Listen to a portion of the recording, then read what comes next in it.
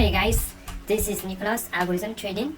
In this channel, we help you to build your own trading bot and automate your trading strategies. In today's video, I'm going to talk about how you can download the Kline candlestick data from an exchange.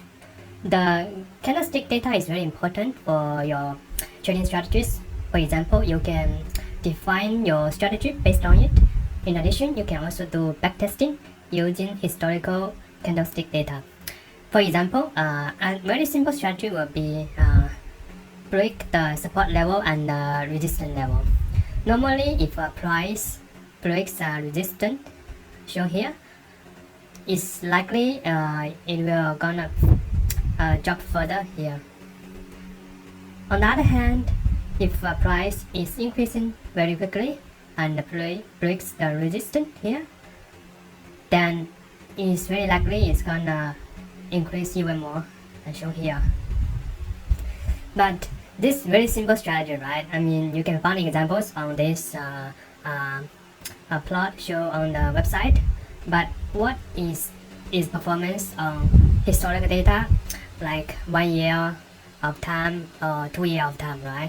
Because the more robust the strategy is, it should perform well in a longer time window, right? So here we saw two cases. It's performing well, but we are not sure whether this simple strategy is performing well. For example, if you run it for 1 month or 2 months, how much profit is gonna generate. So, but to do that, you have to download all the Kline data from the exchange. And today, I'm going to show you how you can download it from the Binance exchange. Okay, so to do this, you need Binance API, which is here. This file is already uploaded this to the GitHub, and the link will be I will put in the description below. And I'm going to show you how you can download the Kline data and save it in your local computer. This cell basically imports all the necessary libraries such as pandas and numpy, and we also import the Binance API here. And to download the Kline data, you don't need API key for this because those are public APIs. And I'm going to download BTC USDT just for example.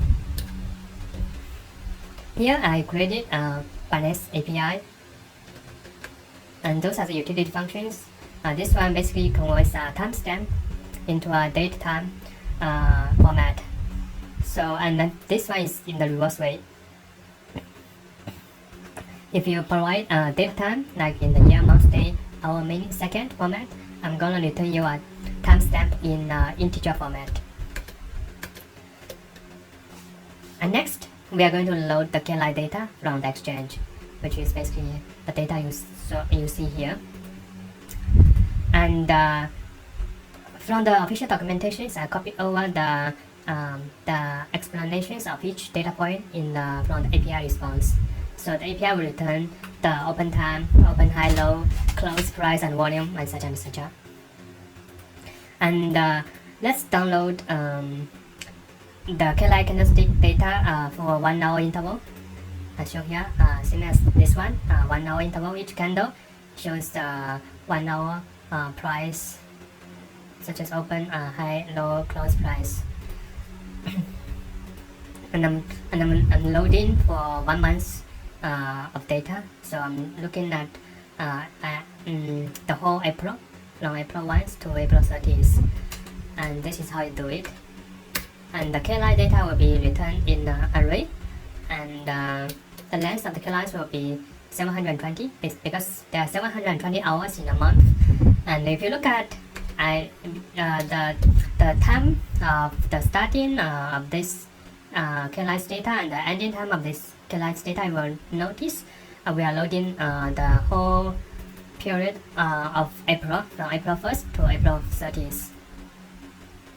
Okay, but this data, is array, right? It's not good to just save it onto your computer. So we want to convert this data to a pandas data frame. So we can easily, it's very, I would say it's It's easy to read. For example, as you can see here, right? In the data frame, you can use the timestamp as index, and you can have the open price, high price, low price, close price, volume, and all the other columns on in a table format. I would say it's more easy to read. And later on, if you want to backtest your strategies, it's also easier to just use the data frame. Okay, so I will define this function here, which is compute data frame. The input will just be the Kline data you return from the Binance exchange. And once you run this function, right, it will return a data frame. Let's just run this function, and as you can see, right, we are having a data frame starting from April 1st, and the interval is 1 hour. You can see here, right, it's from 0 to 1, 2, 3, 4, and once you have this data frame, right, you can save this data frame in your local computer in a package format. The package format you can think of as is a file storage format. So it's good for data frame type of data storage. So that's why I chose it. And if you just run this function save packet, you're gonna save this data frame into a file called test.packet. And if you list all the files in the current directory, you can see we have this notebook file, and we have this test.packet data file in this folder. And once you save this packet file, right, you can actually load it for your later backtesting purpose. For example, I want to load the data frame from the Packet file. I just need to call pd.readPacket. Then you can load the whole data frame, and again it's gonna give you the candlestick data for the whole April period from April 1st to April 13th. So as you can see, right, by running this notebook, you can easily clone all the data, all the candlestick data from Binance, and you can save it on your local computer, and so you can run backtesting using the data, which is very convenient. And by the way, let's check if the data is correct.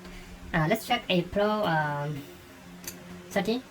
Yeah, let's check the last candlestick just to make sure the data is correct. April